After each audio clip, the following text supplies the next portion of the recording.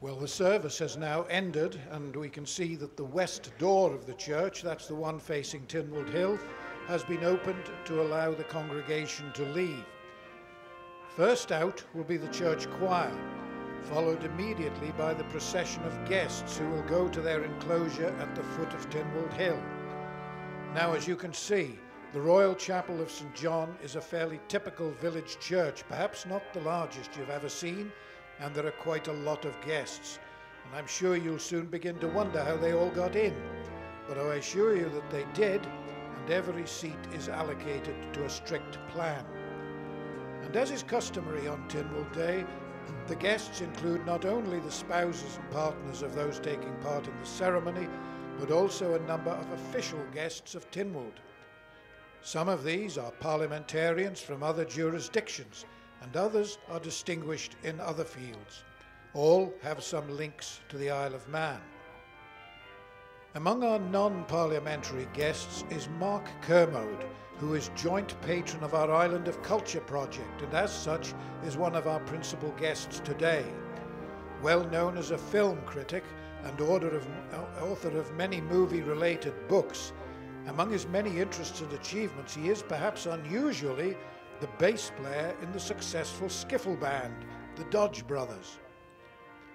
Canon Professor Timothy Wheeler has been Vice-Chancellor of the University of Chester since 2005. He's also a lay canon at Chester Cathedral. Obviously a most successful fundraiser, he secured a donation of £240 million from Shell UK for the Shell Thornton Research Centre at Ellesmere Port. Professor Michael Sandel was born in Weymouth in Dorset, but was brought up and educated in Douglas. Now an internationally recognised sculptor, he lives currently in London. He has examples of his work in the Tate Gallery, the British Museum, the Victoria and Albert Museum, as well as many other museums worldwide. Mr. Lissardo Lombardia has been the director of the Festival Interceltique in Lorient since 2007. A family doctor by profession, he's a native of the Principality of Asturias in northern Spain and has been much involved in its cultural activities, including music, publishing and language. Among several parliamentary guests today, we welcome the Right Honourable Chris Grayling, who is Lord Chancellor and Secretary of State for Justice, which gives him certain responsibilities to the Crown dependencies, including the Isle of Man. He's been the MP for Epsom and Ewell in Surrey since 2001, which is where he and his family live. Before entering politics, he worked as a television producer, and during the period of the last Labour government, he held several shadow frontbench posts on behalf of the Conservative Party. Also from the United Kingdom Parliament, we have Mrs. Eleanor Lang, who is Deputy Speaker in the House of Commons, where she's been the MP for Epping Forest since 1997. A graduate of Edinburgh University, she worked as a solicitor in industry prior to her parliamentary career. Chris Kelly is the Conservative MP for Dudley South, a seat he's occupied since 2010. Born in Wolverhampton, he retains a strong interest in his local community and has run the London Marathon in aid of Dudley charities. From Scotland, the Right Honourable Patricia Marwick is the presiding officer in the Scottish Parliament, the first woman to occupy the position to which she was elected in 2011. She is the MSP for the constituency of Mid-Fife and Glenrothes. Sean Rogers is an SDLP member of the Northern Ireland Assembly, where he represents his home constituency of South Down. A native of Kilkeel, just across the water from Peel, he has a strong interest in all things rural. From our near neighbour, the Republic of Ireland, we welcome Mr. Sean Barrett. He's a native of Dalkey, just south of Dublin, and is currently the Speaker, or as they say in Ireland, Ceann Corella, in the Irish Parliament, Dáil Éireann. A keen sportsman, he's played rugby, golf and Gaelic football with local clubs and has a particular interest in children, especially those with special needs. And reminding us of our Norse ancestry today, we're delighted to see Ms. Trina Skei Grande, who is a member of the Norwegian Parliament, the Storting, where she is the leader of the Liberal Party representing Oslo County. She's a former teacher and journalist who's held many positions involving young people, particularly young farmers. And finally, Mr. Albert Poggio, OBE, is the United Kingdom representative of the Government of Gibraltar. Based in London, he represents the interests of Gibraltar with both Houses of Parliament as well as government departments in Whitehall. And all of these people are official guests of Tynwald today. Well, after the official guests, we shall see the two processions of those taking part in the ceremony on Tynwald Hill. The first will consist of senior officials, clergy and the heads of the principal local authorities. It will come just as far as the entrance to the War Memorial, and at that point both processions will open up to allow the Lieutenant Governor to pass through and reach Tynwald Hill first. The political members of Tynwald will be in the second procession. The trumpeters will sound a fanfare as the Lieutenant Governor leaves the Royal Chapel, and the Guard of Honour will be brought to the present arms as he approaches. His Excellency will take up his position on the top tier of Tynwald Hill, where he'll be joined by the President of Tynwald, the members of the Legislative Council and the Sword Bearer. The Legislative Council is the upper house, essentially a revising chamber, and it consists of the Lord Bishop, the Acting Attorney General and 8 members elected by the House of Keys, very often, but not always, from their own members. The President of Tynwald is also the presiding officer in the Legislative Council.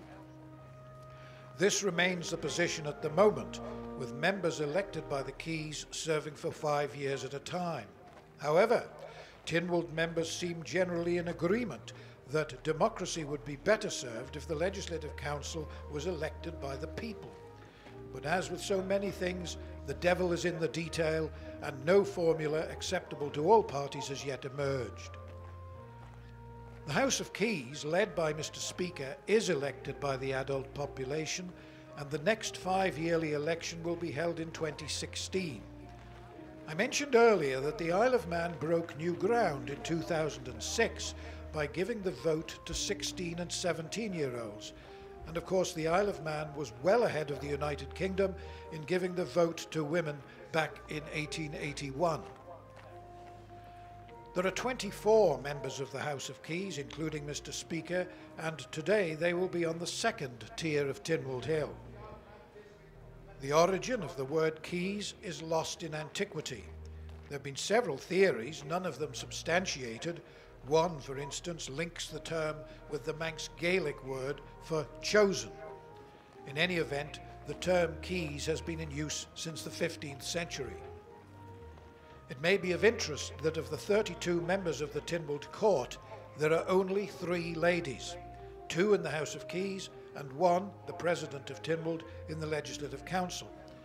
Many would say that's not enough, but I suppose it reflects the number who offer themselves for election and are successful. On the third tier of Tynwald Hill, we shall see senior officials, members of the clergy and the heads of the principal local authorities. The captains of the parishes will be on the bottom tier. You'll remember that 2 of them greeted the governor on his arrival earlier this morning. It's an ancient office, usually conferred on someone who's prominent in parish life or maybe a substantial landowner within the parish. Their duties nowadays are not too taxing, but they appear at Tynwald to remind us all that the law of the land applies equally to every one of the 17 ancient parishes. Historically, they had responsibilities concerned with the maintenance of discipline within the parish, and I know that those who are appointed as captain of the parish regard it as a singular honour. We have captains of parishes, and we used also to have captains of towns, but they were replaced well over 100 years ago with the arrival of properly constituted local authorities, and the duties of town captain were absorbed into those of the Mayor of Douglas and the chairmen of the various town commissioners, as we call our local authority members, all of whom will be in the processions today. Also on the bottom of the 4 tiers we shall see the coroners, 4 of them. They are crown officers who act as court officials, dealing with such things as the empanelling of juries, delivering summonses and enforcing court orders, and they're not the same as coroners in the United Kingdom. So, where are we today? Well, to state the obvious, we're in the village of St John's, which in turn, and this is not so obvious, is in the Sheading of Glenfaber. The word Sheading is yet another Norse term. One interpretation has it as ship district. In Viking times, the Sheading would have provided a war galley for the king. Nowadays, the 4 Sheadings are groups of parishes, and today we shall hear Mr Gordon Leese, the current coroner for Glenfaber, fence the court in the name of the Queen. This charges us all to behave ourselves during the ceremony. Nowadays, it's all symbolic, of course, but in early times there would actually have been a physical fence around the official enclosure. And the same charge is also made at the opening of all courts of justice in the Isle of Man as well. Mr Leese will fence the court in English, and he will be followed immediately by Unleather, the reader, who is Mr Bob Carswell, and he will fence the court in the Manx language, which he speaks fluently. The first item of business today will be to swear in the 4 coroners for the ensuing year. Each represents one of the Sheadings. Then, immediately afterwards, the 11 acts which Tynwald has passed in the last year will be summarised in Manx as well as English. Now, please don't be alarmed. The acts are not read in full. If they were, we should be here all week. Each is summarised in no more than a sentence. But this is at the heart of the Tynwald ceremony and reflects the Viking principle that the laws are proclaimed to the people in the open air, and the people are then deemed to be aware of the laws that affect them. It's important because new legislation simply cannot come into effect without it. For many, the promulgation of the new laws represents the centerpiece of the ceremony, but for some, the most important element comes immediately afterwards. This is something you will find nowhere else. It's unique to Tynwald, as an opportunity is given to anyone who wishes to present a petition for redress of grievance. This is the right given to free men of man to petition the Lord or King at Tynwald, which is the highest court in the land. It only happens once a year, so if there are any today who wish to take advantage of it, you're requested please to report at the gateway to the War Memorial to be marshalled onto the pathway at the appropriate time. Now, as the processions continue to leave the church, we await the sight of the Sword of State, followed by His Excellency the Lieutenant Governor leaving the west door of the church, and the processions to Tynwald Hill will begin. You will see that the first procession has already come as far as the entrance to the War Memorial and has opened up to allow His Excellency the Lieutenant Governor to pass through, and he will reach Tynwald Hill first.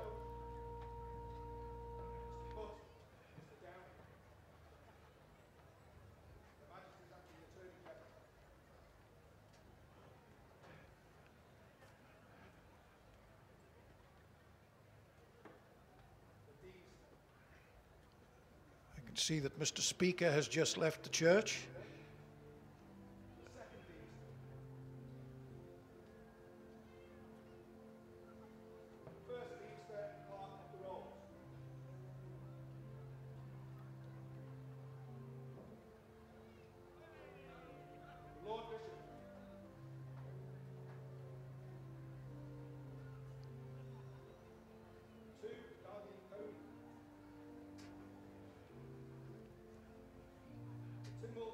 Members of the Legislative Council are just leaving the church door, and now the Deemsters are coming out, the Deemsters, the High Court judges.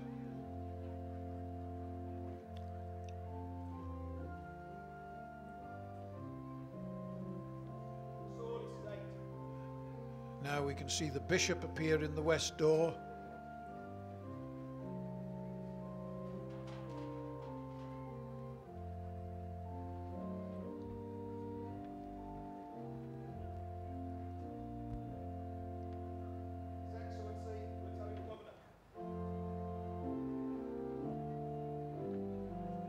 Here is the President of Tynwald just leaving the church.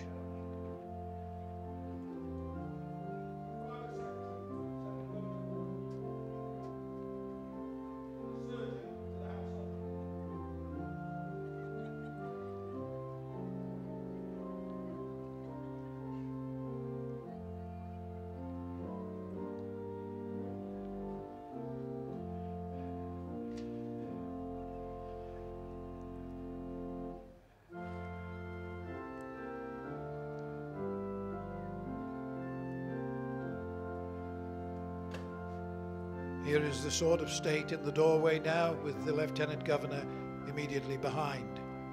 And we shall hear the fanfare from the trumpeters.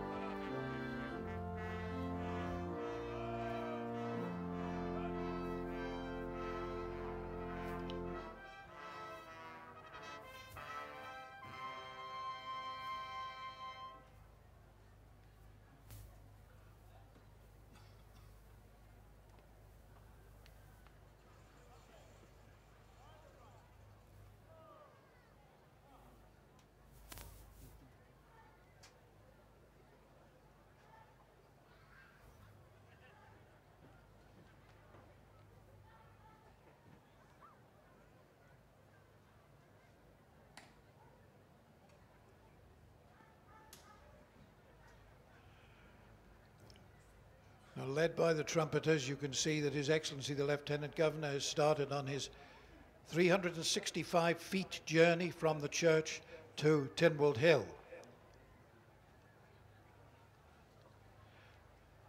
Preceded immediately by the sword bearer, Mrs. Bernadette McCabe, the first ever lady to hold the office. She's appointed by Tynwald. This is a lady who is well used to ceremonial occasions, having been the national standard bearer for the Royal British Legion Women's Section for no less than 5 years. The sword itself dates from the 13th century, although there is a body of opinion that disputes that, and it carries on its pommel one of the earliest known representations of the three legs of man. It is said that the sword, which is 29 inches long, used to be even longer, because at some stage somebody used it to poke the fire and wore some of it away. The Lieutenant Governor, Mr. Adam Wood, who's a career diplomat. This is his 4th Tynwald ceremony. He was educated at Oxford and is a former High Commissioner in Kenya and Uganda, and was lately Africa Director in the Foreign and Commonwealth Office. He's attended by his private secretary, Mrs. Pauline Pescod, appointed 2007, herself having spent 9 years in the Royal Navy. And the surgeon to the household, Dr. Robert Fail. And there are 2 security officers there, or as we say in the Isle of Man, Guard in Cody.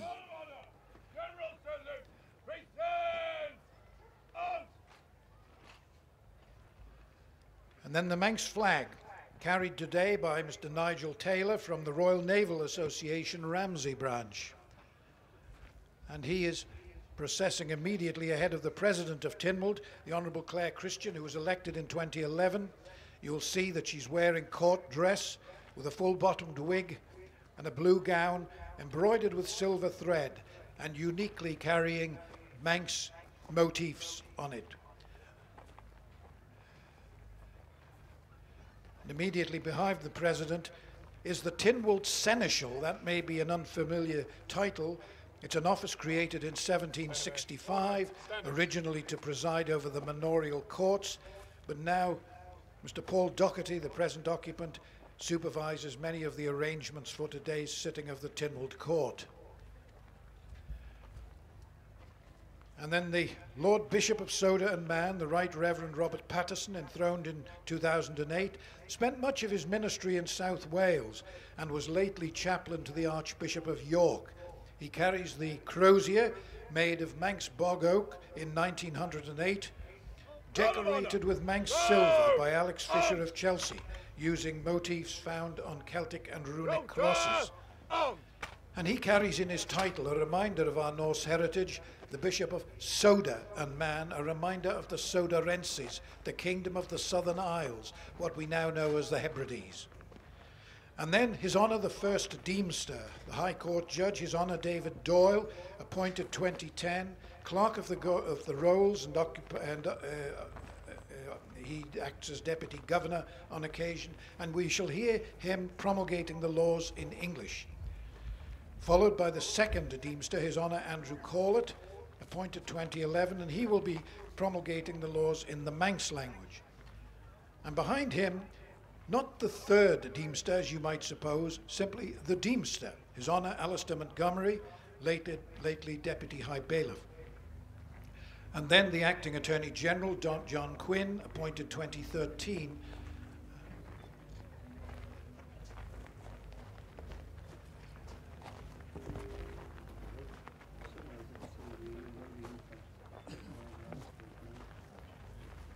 members of the Legislative Council, the upper house that I mentioned earlier, followed by the clerk to the Legislative Council wearing wig and gown, and then the members of the House of Keys, led by Mr. Speaker, wearing the traditional presiding officer's robes as found very often throughout the Commonwealth, the Honourable Steve Roden, elected 27 and re-elected 2011.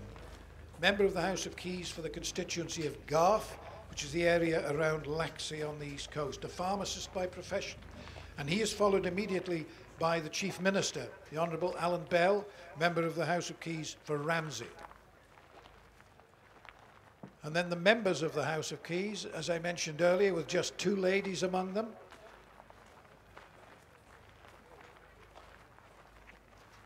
And following the members of the House of Keys, the chaplain to the House of Keys, the Reverend Bill Martin, whose voice we heard from the church, and Mr. Roger Phillips, the Clerk of Tynwald, wearing the wig and gown, who is responsible for the arrangements for today's ceremony. The Chief Constable, you can see there, Gary Roberts, appointed 2012, and the first Manxman ever to hold that position.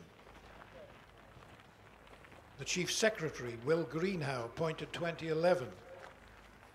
And the High Bailiff, again wearing wig and gown, His Worship John Needham, the Stipendiary Magistrate and Coroner of Inquests.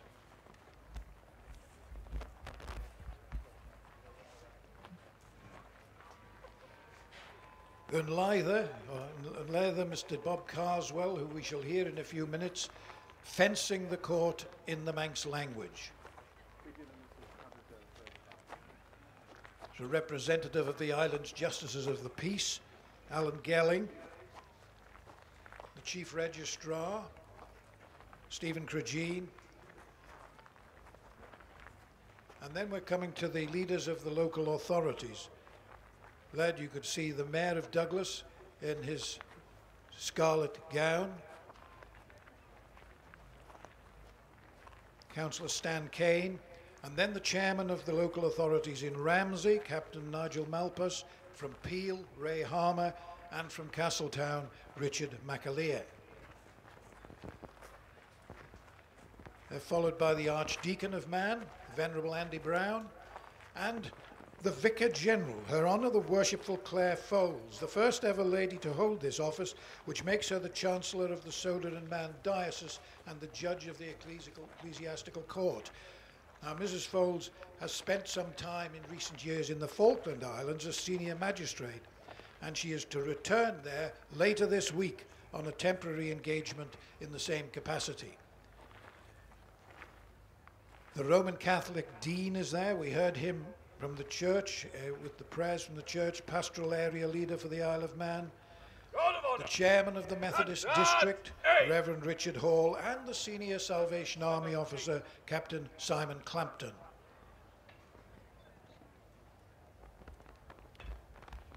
Stand easy.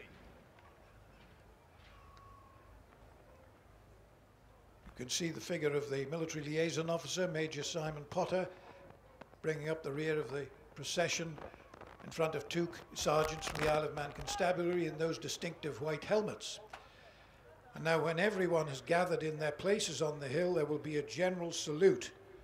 It's an appropriate moment to remind everyone on the grandstand of the notice on your tickets. Please remain in your places until all of the ceremony is over. The processions have returned to the Royal Chapel and the proceedings there have concluded. I shall guide you through them and you can watch it all on the big screen.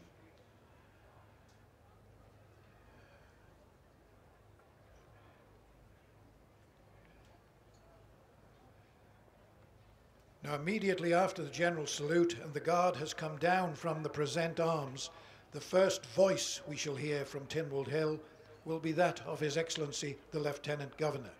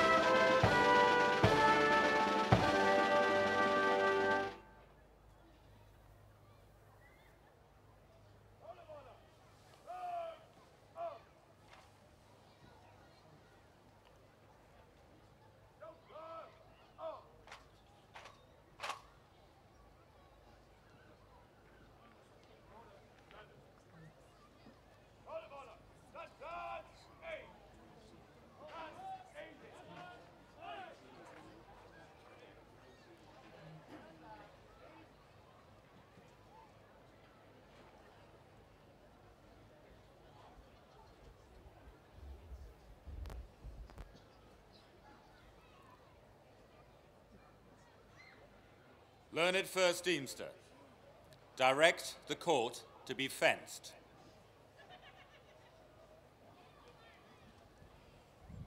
His Honour David Doyle.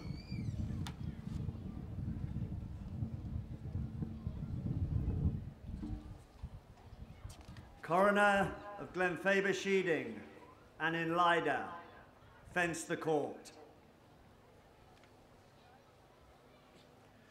I do fence this court of Tynwald in the name of our most gracious Sovereign Lady the Queen. I charge that no person do quarrel, brawl or make any disturbance, and that all persons do answer their names when called. I charge this audience to witness this court is fenced. I charge this audience to witness this court is fenced.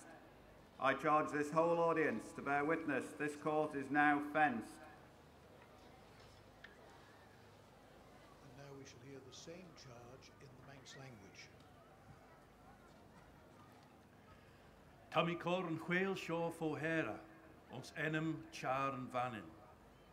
Nog gin pegebi, troja, baget, na ginnel bereines a bee. As de gin de golje veeg, freget trevisse neem. Tommy Corra Cortus nene Shaw, de wel en whale Shaw Fohera. Tommy Corra Cortus nene Shaw, de wel en whale Shaw Fohera. Tommy Corra Cortus en kledden ene Shaw, de wel en whale Shaw nisjach Fohera. And the first teamster again.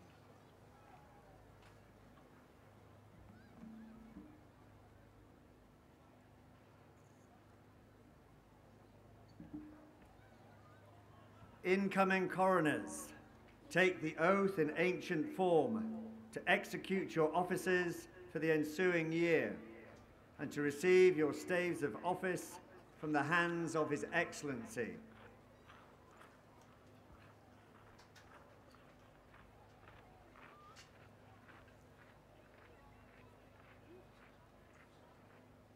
You see now that the 4 incoming coroners are going up the steps to the top of the hill, where they will kneel in front of the Lieutenant Governor. They will receive their staves of office, which are wooden batons about 16 inches long, and the oath will be administered by the first Deemster. By that book, and by the holy contents thereof, and by the wonderful works that God hath miraculously wrought in heaven above and in the earth beneath, in 6 days and 7 nights, you shall, without respect of favour or friendship, love or gain, consanguinity or affinity, envy or malice, well and truly execute the office of coroner for each sheading to which you have been appointed for the ensuing year. So help you God.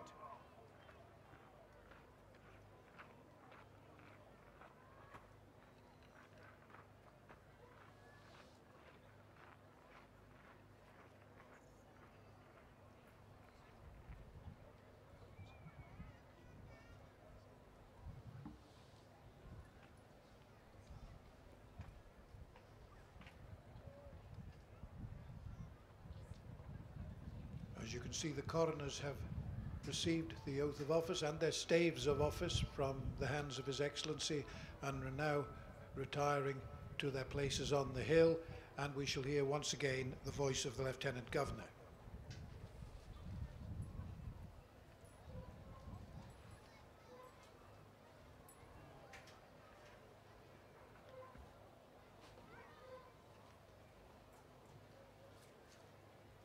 Learned Deemsters,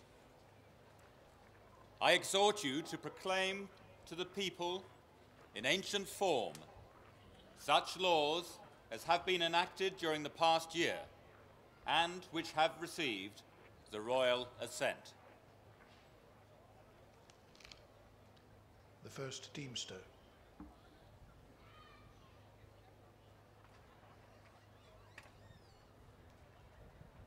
Bribery Act 2013, which provides for offences relating to bribery. Slatas slair lau, feed heed as 3 jeg. Takarail son lochten benten der slair lau. Fisheries Amendment Act 2013, which makes minor amendments to the Fisheries Act 2012. Slatas yistak, liasaka, feed heed as 3 jeg. Tajinu liasakan beggar as slatas yistak, feed heed as dergeg. Weeds Amendment Act 2013, which updates the Weeds Act 1957.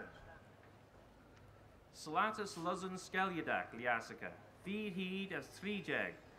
Tajinu asano, slatas luzon skelyadak, nahi jeg, shak jeg as died.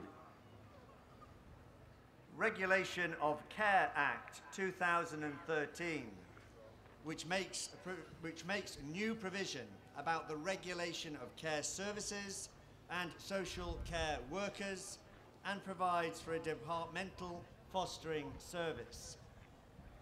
Slatas ganel karel, feed heed as 3 jeg. Takarel as a no son ganel shavation karel, as obrion karel atia, as takarel son shavesh golti, choustai on the Rhine. Sunbeds Act 2013, which regulates the use of sunbeds. Slatas liavakan grenia, feed heed as 3 jeg. Taganel anach taliavakan grenia imidich. Flood Risk Management Act 2013, which makes provision about flood risk management and land drainage, and amends certain acts about water and sewerage. Slatas rera gauvai tuliakan, feed heed as 3 jeg. Takarel son rera gauvai tuliakan as son giga taloon, as Taliasica Slatasin Enyek Benton de Ustia as Sonegus. Summary Jurisdiction and Miscellaneous Amendments Act 2013, which amends the Summary Jurisdiction Act 1989 and makes minor amendments to other acts. Slatus Brunus Yer as Cachlerken Taliasican, feed heed as Trijeg. Taliasica Slatus Brunus Yer, Nihid Jeg, care feed as Nai, as to Genu Liasican Beggar as Slatasin Elia. Custody Amendment Act 2013, which amends the Custody Act 1995 to expand the range of samples that may be obtained from a person detained. Slatus Brazuni Liasica, feed heed as Trijeg. Taliasica Slatus Brazuni, Nihid Jeg, care feed as Quegjeg. The Lienica na kind in the humble, Others Veyer na Gethen, Vi Payach Enyek Foglas. Income Tax Amendment Act 2014, which amends the law about income tax. Slatus Kish Chitstiach Liasica, feed heed as Kerjeg. Taliasica and Lai Benton de Kish Chitstiach. Public Health Amendment Act 2014, which makes fresh provision about the control of disease. Slatus Slenta Tia Liasica, feed heed as Kerjeg. To Genu Karel and No Benton de Ganale Golchen. Foreign Companies Act 2014, which requires certain foreign companies and other bodies with legal personality to register in the island. Slatus Sheshacton Del Jory, feed heed as Kerjeg. To Kirkurame Perth the Heshacton Del Jory, as Sheshacton Elia ta Pazunich Lioloch, the Vera Kortosich uns on Elian.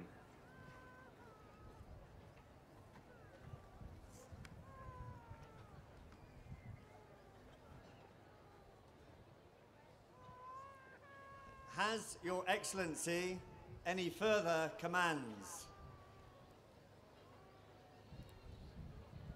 If any persons wish to present a petition, let them now come forward.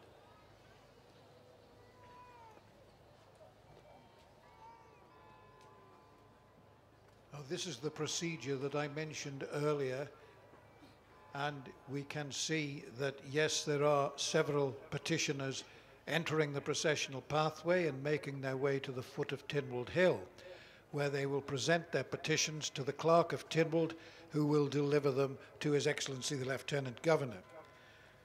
This is a right which, until 1968, was only exercised twice in the 20th century, in 1916 and 1968. But since 1978, it's happened almost annually. It's intended to be an appeal of last resort, giving access to the highest court in the land after all other possible remedies have failed. The petitions can be on almost any subject, but they have to be drafted in the appropriate form, and that is something on which the Clerk of Tynwald can and does give advice. Petitions will reach His Excellency on the top tier of the hill, and he will then announce what action he proposes to take.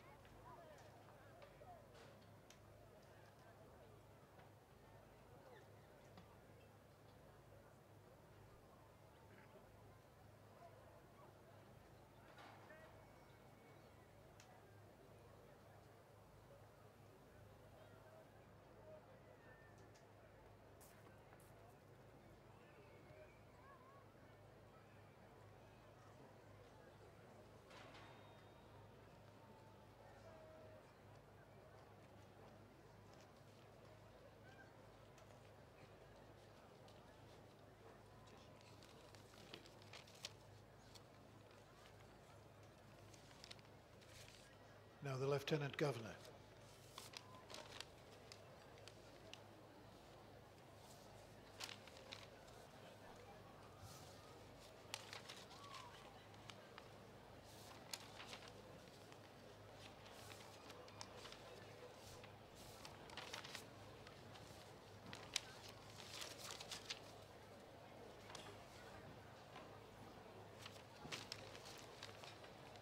I shall refer these petitions to the Standing Orders Committee of Tynwald, who will report thereon at their earliest convenience.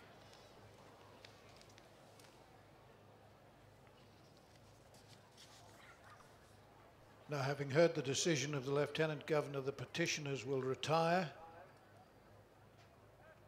and the procedure then will be that the Standing Orders Committee of Tynwald will consider the petitions, and if they believe them to be in order and to refer to a cause which a member of Tynwald feels is worthy of further debate, the member can, as they say, pick it up and introduce it to Tynwald for discussion.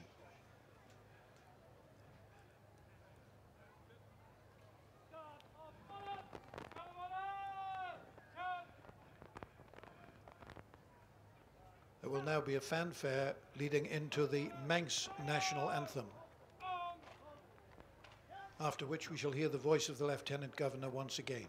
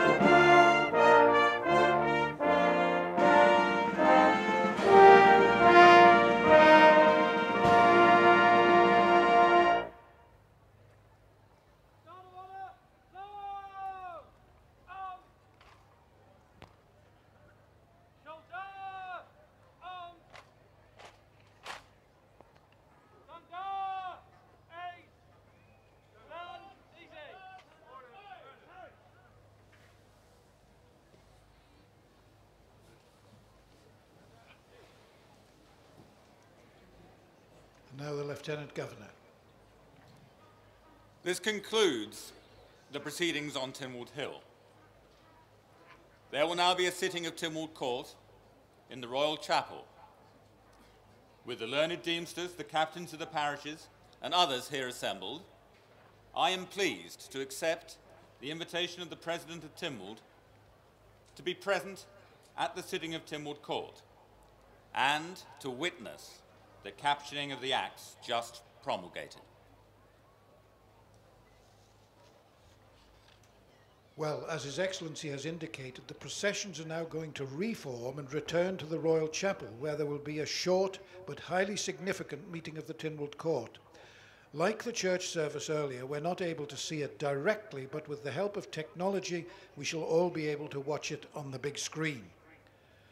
The return procession to the Royal Chapel will be in 3 parts, not 2 as we saw earlier.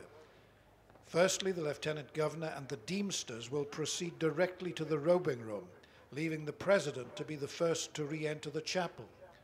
She will then announce that she has invited the Lieutenant Governor and the Deemsters to join the members of Tynwald as guests for this part of the ceremony, as they are not actually members of the Tynwald Court.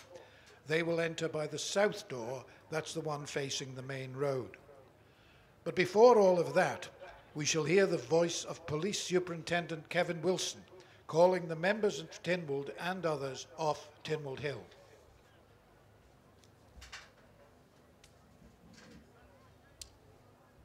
2 sergeants of the Isle of Man Constabulary, the coroners,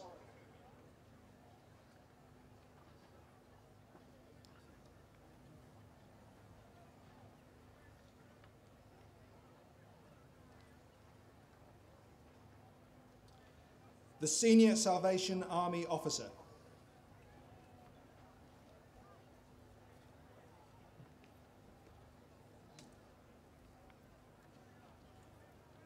the ministers of the free churches,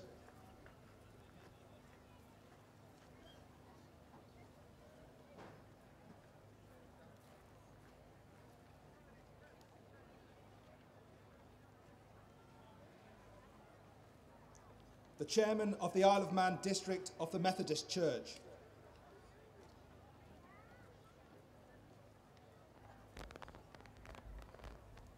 the Roman Catholic dean,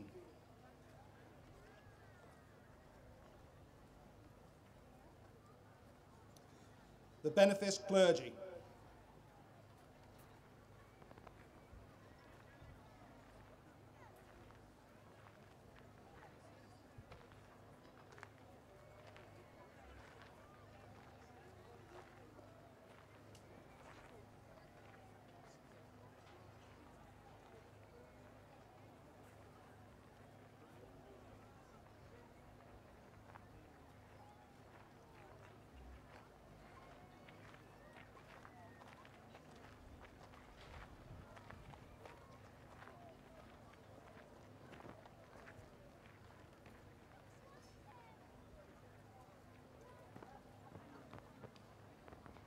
the Dean of Cathedral Isle of Man,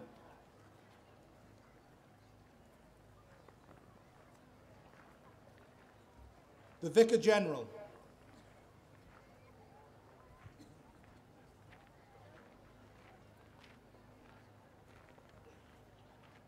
the Archdeacon,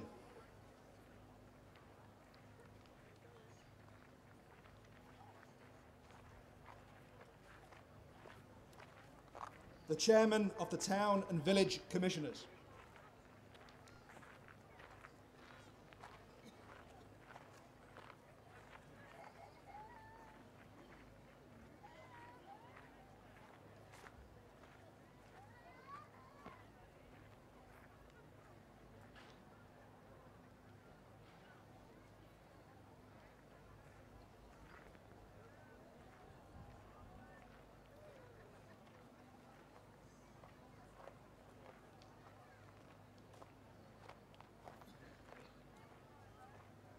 the Mayor of Douglas,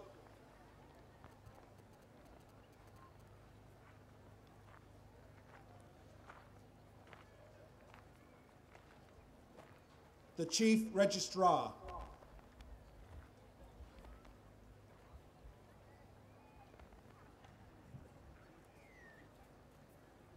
a representative of the Commission of the Peace,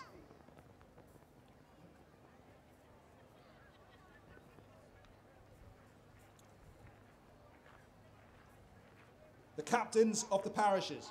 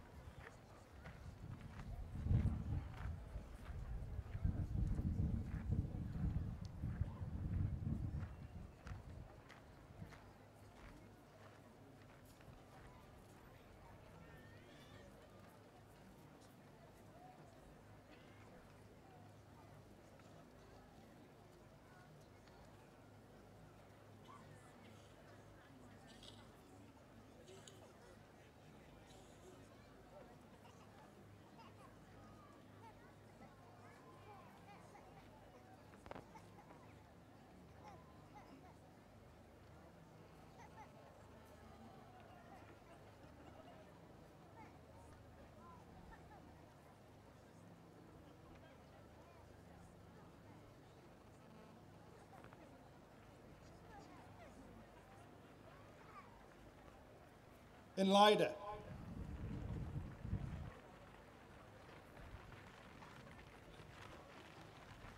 the High Bailiff,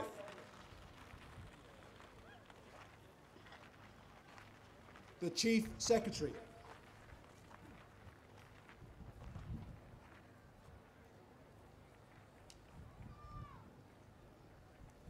the Chief Constable,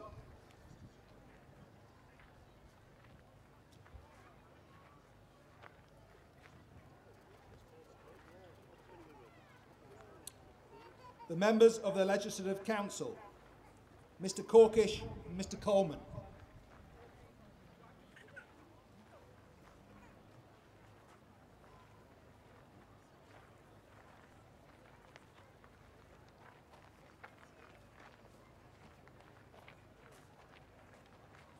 Mr. Braidwood,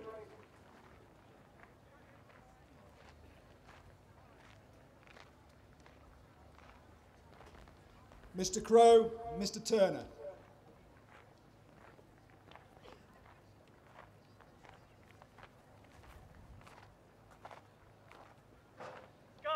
Mr. Downey, Mr. Butt, Guard of Order! Show!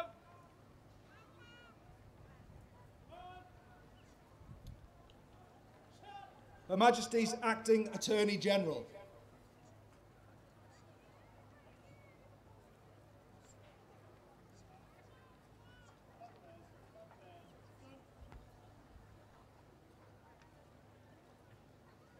the Lord Bishop,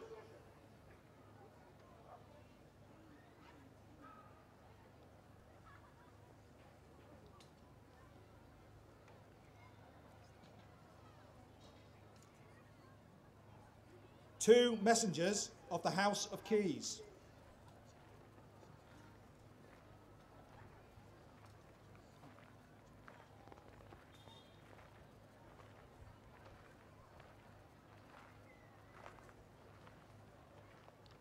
the Chaplain of the House of Keys,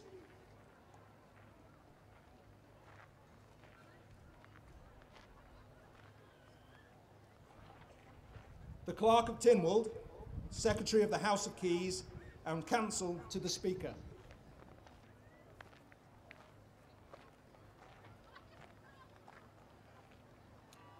the members of the House of Keys, Mr. Quirk and Mr. Quayle,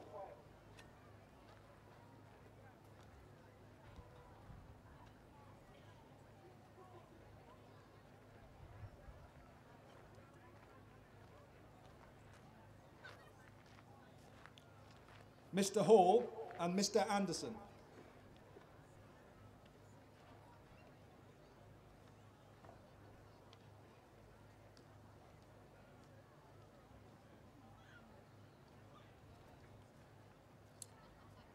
Mr. Karen, Mr. Krukle, Guard of Order! Change! Arms!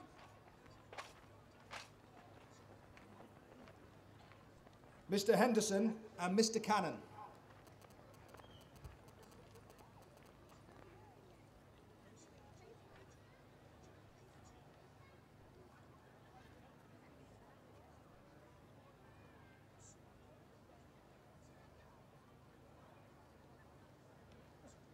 Mr. Horton, Mr. Tier,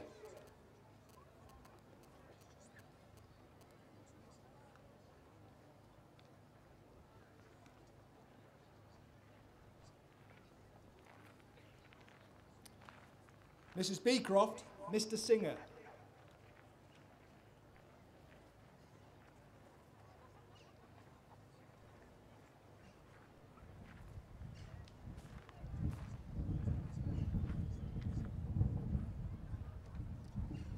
Mr. Shimon and Mr. Crageen,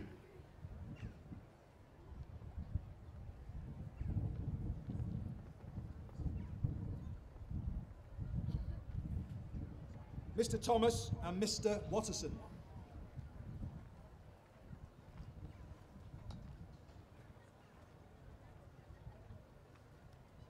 Mr. Robert Shaw, Mr. Skelly,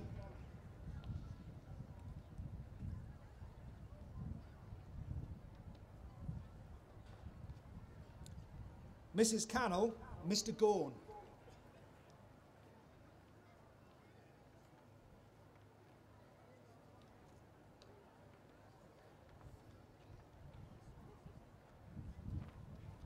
Mr. Cretney, Mr. Ronan.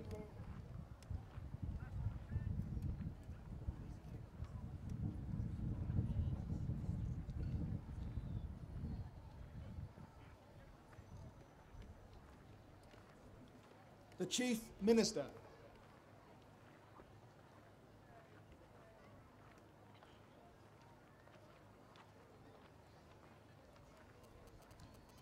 The Speaker of the House of Keys.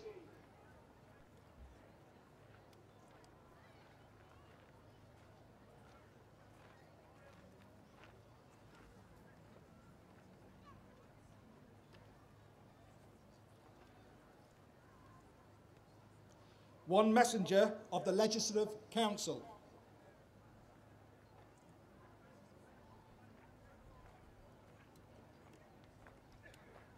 The Deemster.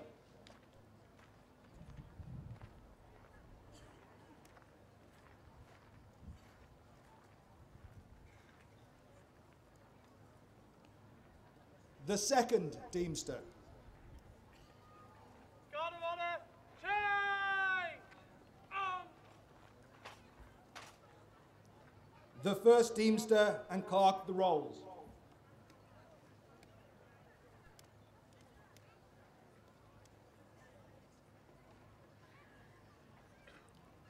The Clerk of the Legislative Council.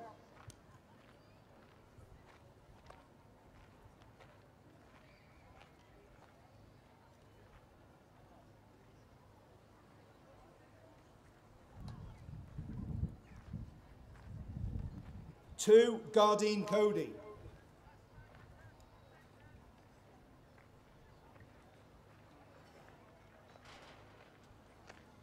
The Tynwald Central.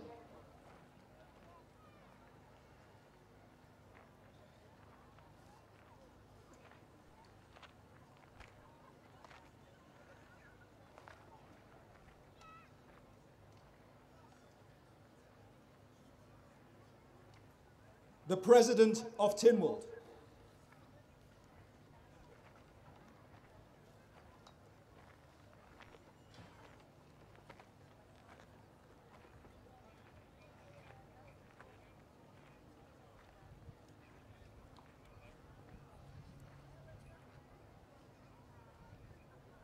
God of Honor, slow!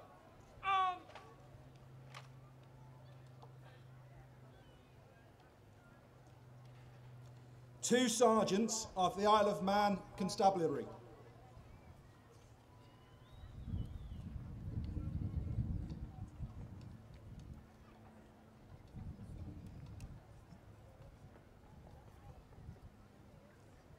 Trumpeters.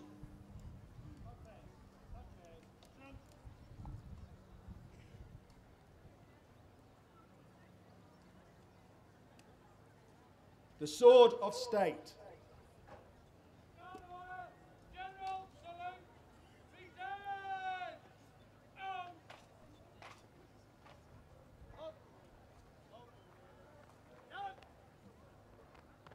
His Excellency, the Lieutenant Governor. The Private Secretary to the Lieutenant Governor.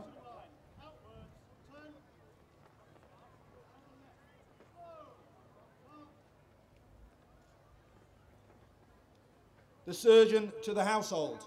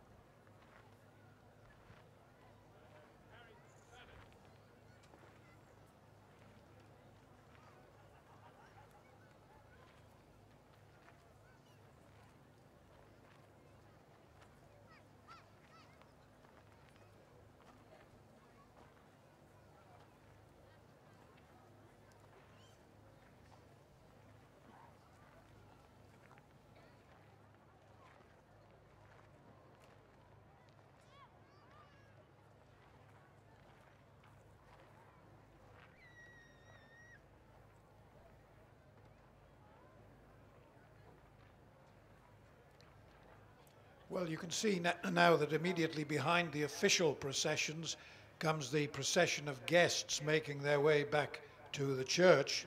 And when everyone is returned to the chapel, and as you can see, this is obviously going to take a few minutes, the meeting of Tynwald that I mentioned will begin. This is called the Captioning ceremony, when the acts just promulgated on Tynwald Hill are, as they say, captioned. This is a process by which certificates are added to the acts, witnessing to the fact that they have indeed been promulgated or proclaimed from Tynwald Hill.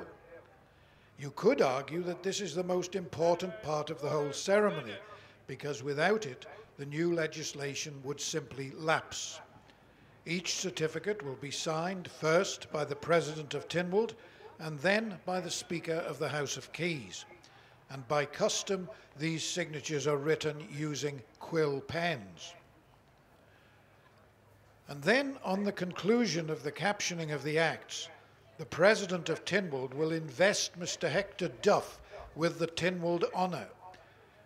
This is the highest honour that Tynwald can bestow, and it is given to someone who has made an outstanding and sacrificial contribution to Manx life. Mr. Duff is a war veteran who took part in the D-Day landings 70 years ago this year, during which he received the Military Medal for Gallantry. Since his retirement from the Isle of Man Constabulary, Mr. Duff has immersed himself in the ex-service community and has been awarded the British Empire Medal. But more than that, at the age of 94, Mr. Duff continues to visit schools around the island, bringing his experiences of the Second World War to the attention of the students. He is indeed a living witness to British military history. But in the meantime, just as soon as the processions have cleared the pathway, the Guard of Honour and the band will move to new positions on the main road, just opposite the Lich Gate to the Royal Chapel, and they will provide a general salute as His Excellency leaves St. John's. And at this point, may I emphasise, please, that the Tynwald ceremony is not yet over, and in particular can I appeal to members of the public not to encroach onto the roadway or the immediate area of the Lich Gate, but to keep that area clear for the departure of the Lieutenant Governor. Now, as we all know, indeed we are reminded of it every day, that British armed forces are currently deployed on operations in different parts of the world, notably in Afghanistan. And through reorganization and budgetary constraints, resources are stretched, to say the least. Nevertheless, the Tynwald ceremony is privileged each year to enjoy the support of representatives of the armed forces. It is not a holiday, or as they say, a jolly. The Tynwald ceremony is a physically onerous parade involving a long stand. And that applies equally to the standard bearers and the Manx route lining parties, as well as the Guard of Honour and the band. I hope you'll agree that they have all served us extremely well this morning. So very well done, everyone.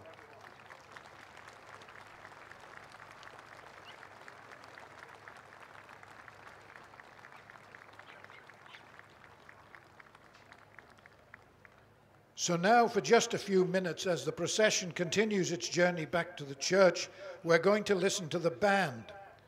Flying Officer Ianson, carry on as arranged, please, with the Tynwald March.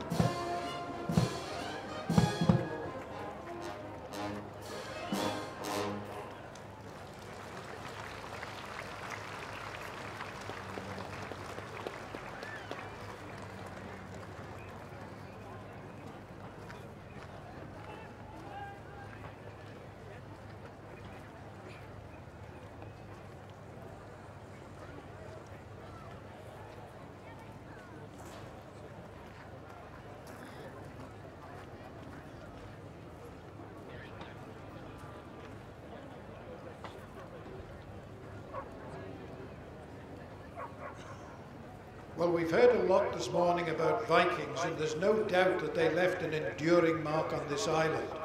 But for them, the Assembly at Tynwald was an annual event, and that was all. It's hard to imagine that any national parliament could get away with that in 2014, and so the Tynwald Court meets monthly during most of the year in Douglas. It may not be in the open air, but it is in public, and you can go along and see what they get up to.